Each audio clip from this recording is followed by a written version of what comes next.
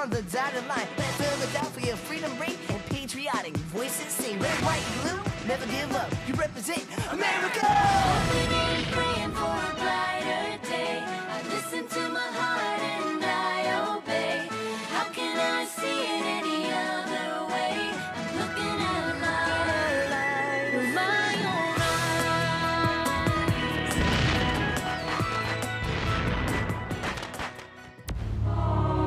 eyes. Today on Liberty's Kids. Washington is the only hero we have. The only man the whole country will support. Otherwise, the revolution will remain New England's war. You signed on with this army for 6 months' service. However, the enemy is still behind his barricades. He is not going home. But neither are many of your friends.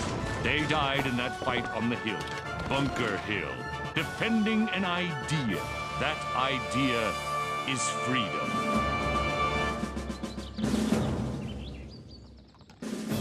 July 1775. Dearest Mother, this has been the hardest, hottest, bumpiest trip I've ever made. Thank heavens it's almost over. We are 10 days out of Philadelphia and should arrive in Boston any time now. General Washington is to take command of the Continental Army, and Dr. Franklin has assigned James and me to report on it. James has embarked on a great experiment. How do you know where these birds will go? They're homing pigeons. The Gazette will get news from the war before any other newspaper. Fly away home, little brother. He's headed north. I keep telling you, we ought to eat them. Here we are! I can't wait to see the army. I can't wait to eat.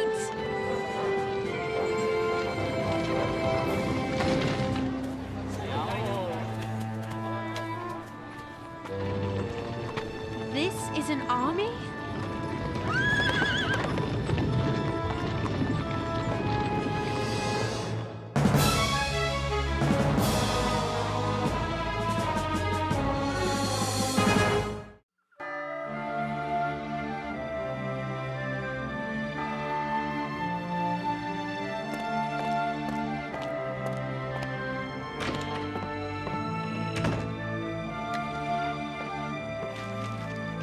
General Washington takes command of colonial forces in Boston. The general has begun to impose discipline on the eager and patriotic but disorganized group of citizen soldiers facing General Howe's formidable British regulars. I don't know how General Washington will turn this rabble into an army. A more sloppy, disrespectful, bull-headed group this journalist has never seen. But Dr. Franklin, this is supposed to be James's report from the front. What you read is not at all like what he said in his dispatch. Editor's privilege. Besides, if the army is to become a real army, they'll need money from Congress. And Congress won't give it if they think the army is hopeless. It was a brave thing to let the kids go along, but I can't help but worry about them. They'll be fine, Moses. James has the makings of a fine reporter. And Sarah? Well, if either of those boys gets out of line, Sarah will put them straight soon enough. Have you spotted any of James's pigeons yet? I've seen plenty of pigeons, but none of them look like war correspondents. I told him that the distance might be too great. Just as well he uses the Army gallopers as a precaution.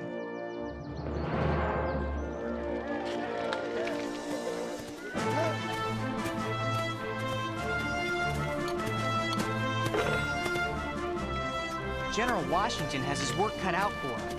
He has to strengthen the area around the entire city and somehow whip this bunch of farmers and layabouts into an army.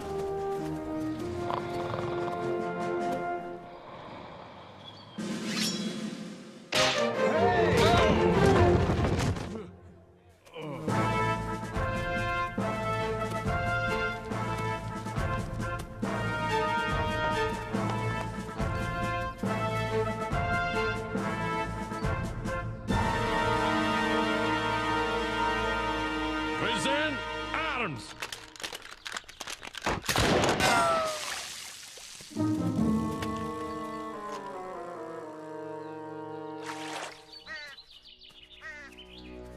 Would you say that rations here are low?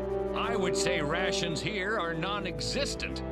We throw together whatever we can find.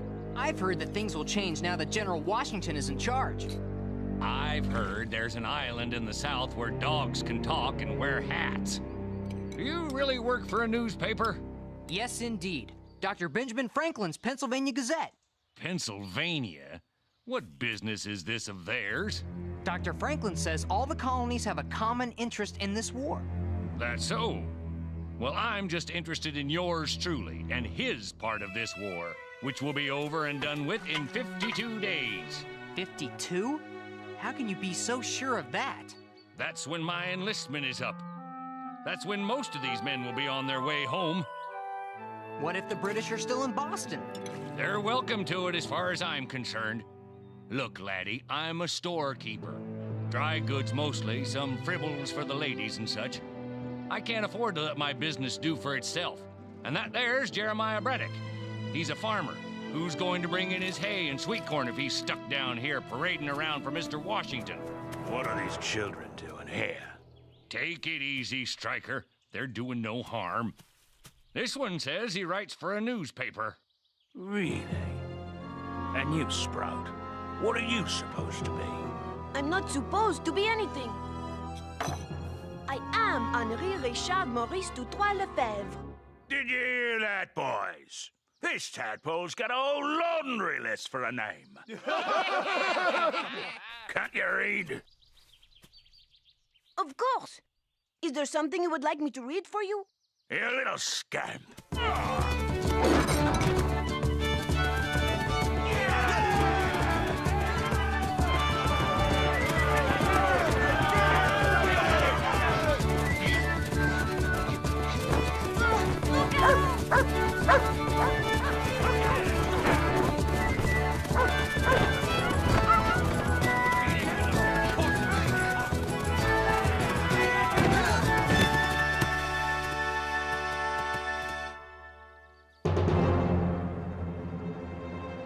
Look at him, the big pig farmer from Virginia.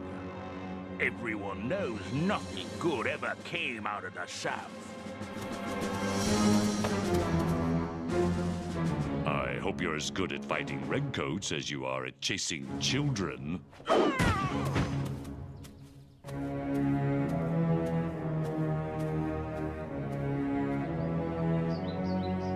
Dearest Mother, James spends more and more time each day with General Washington's aides, trying to find out and report to Dr. Franklin the Army's plans. But only as long as the naval guns in the harbor remain silent. I'm afraid we still don't know if the pigeons are getting through.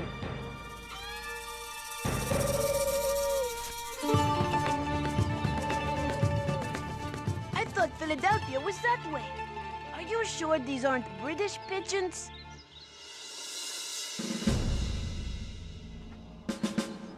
We only have one doctor. Poor Dr. Marston, for the men here and over at the school. And you know, he's not well himself. Were these men wounded in the battle at Bunker Hill? Yes, but most are just sick. It's the fever that takes them mostly. We have no ice.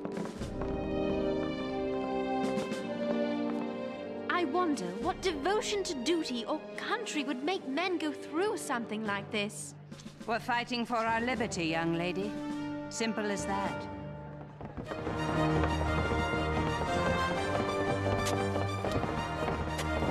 If these New Englanders don't know how to drill yet, they certainly know how to dig.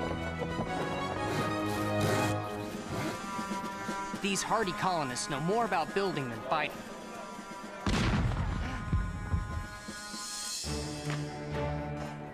They never had an army, but they have carved a nation out of a wilderness.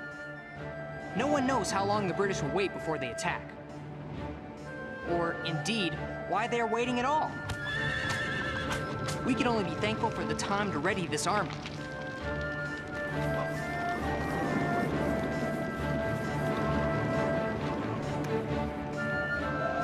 December 1775.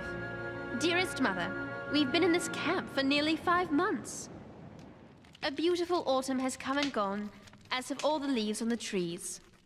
Henri stays out most of the day, and comes in with a bag full of odds and ends he's collected from the battlefield. He insists there will be a big market for souvenirs of the great battle for Boston.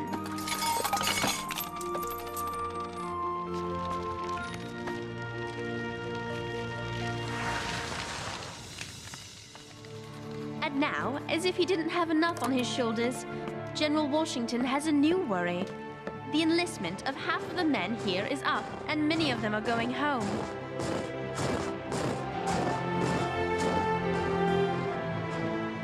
In this freezing cold, General Washington's army is melting away in the face of a dangerous enemy.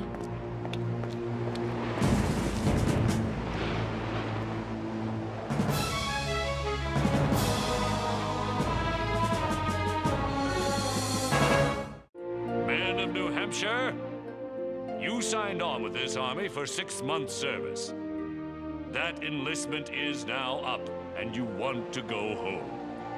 I cannot blame you for that, and I cannot stop you from going.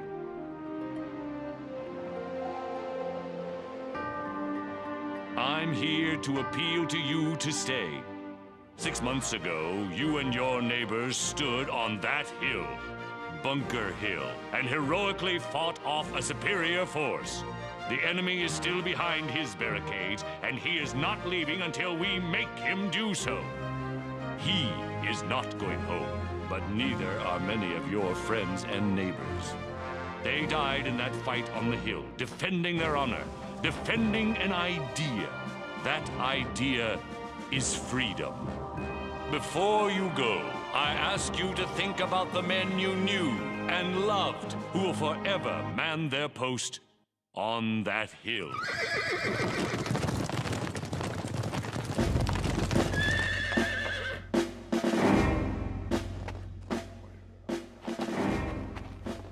Men, this is Colonel Henry Knox, Colonel of the Artillery. There are 56 British cannons waiting for us at Fort Ticonderoga, captured this past May. Knox needs men to move those guns here, to Boston, to bear on the enemy. We need artillery to drive the British from this city. Who will go? The time is past when we think of ourselves as New Hampshire men or Virginians. We are Americans, and we have to stand as one. Are you with me? Aye! Yes, come in. Here.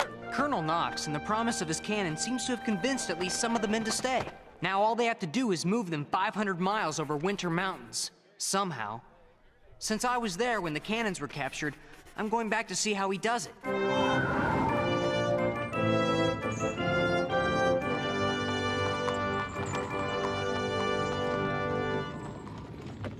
Will the pigeons come here, or go on to Philadelphia? Philadelphia, I hope. Be safe.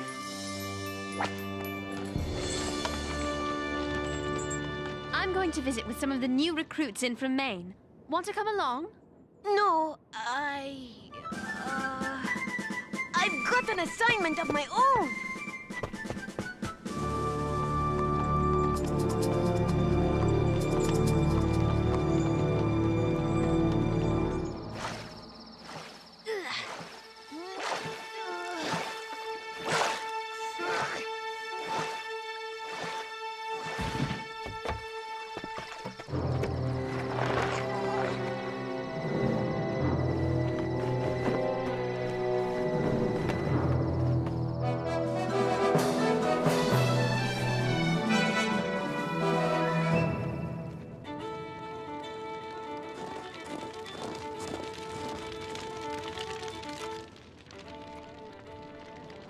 Promise me you'll introduce me to Dr. Franklin when I make it down to Philadelphia. That's a promise. I've read every edition of his Poor Richard's Almanac. Really?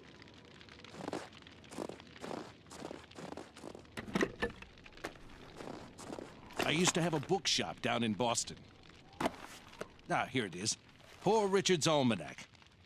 Never failed to find something useful in these pages. Listen to this. If you would not be forgotten as soon as you're dead and rotten, either write things worth the reading or do things worth the writing. Well then, Colonel, you do the doing and I'll do the writing.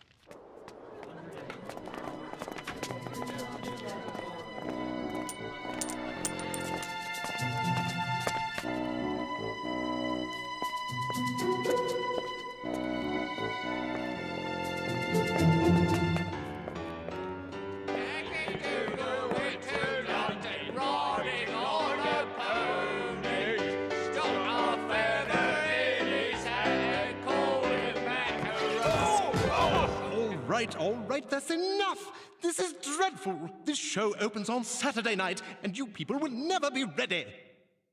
General Howe himself will be here, and he's issued a special invitation to General Washington himself to come and bring his own noose. Take it from Reggie's chorus. Reggie! From the top. And for heaven's sake, will you two decide on who's wearing the cowsuit? Yankee Doodle came to Boston, thought he'd beat the Tommies. Got a look at Gage's guns and ran right home to Mommy. Yankee Doodle went to war, Yankee Doodle dandy. Thought the Brits would run away, but he found us too handy. Hey, you! Get back here! There he is!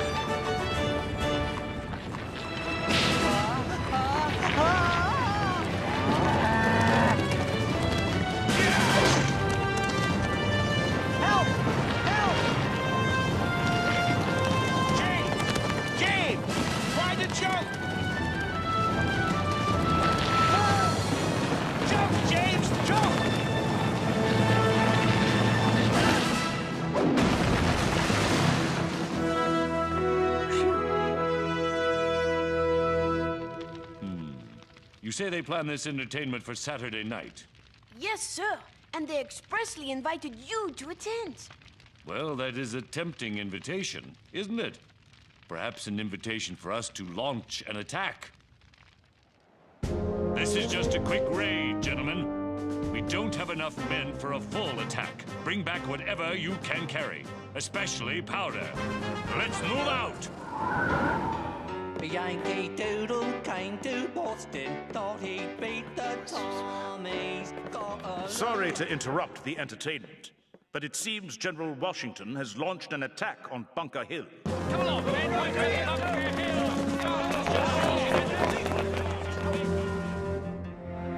General Washington's captured much-needed supplies in his raid, and let General Howe know that the Americans will attack without warning. James's pigeons have all come here instead of flying to Philadelphia, and I can't get them to leave. James has been gone with Colonel Knox for over a month now. I'm beginning to worry about them.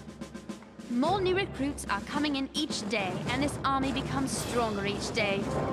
What General Washington has done is nothing short of a miracle. He doesn't say much, but he inspires confidence and obedience by the sheer force of his presence.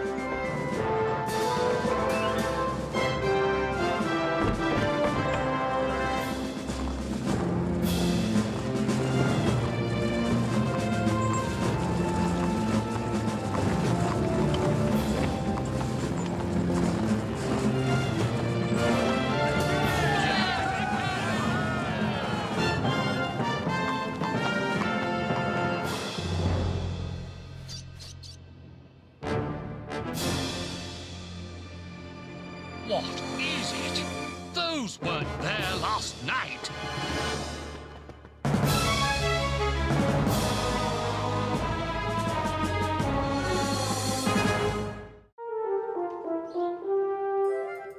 British leave Boston. Continental Army victorious in siege operation. It's a great victory, Dr. Franklin. Yes, and we needed one. I imagine those redcoats are halfway home by now. I imagine they're halfway to New York.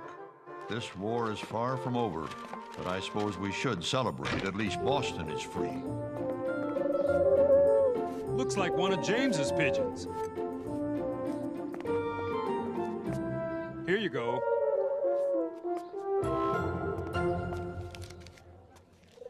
June 28th. We've reached Newark and should be in New York by tomorrow morning. That dispatch is months old. Where on earth have you been, Bird? Wherever he's been, he's probably ready for a nap.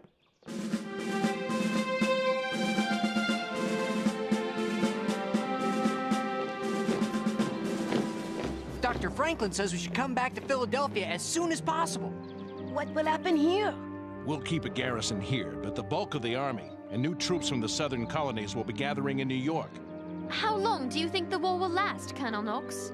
I don't know, Sarah, but we have to be ready for as long as it takes.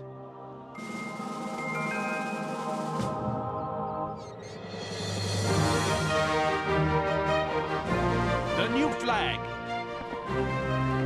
And a new army. A worthy army. An army we can be proud of.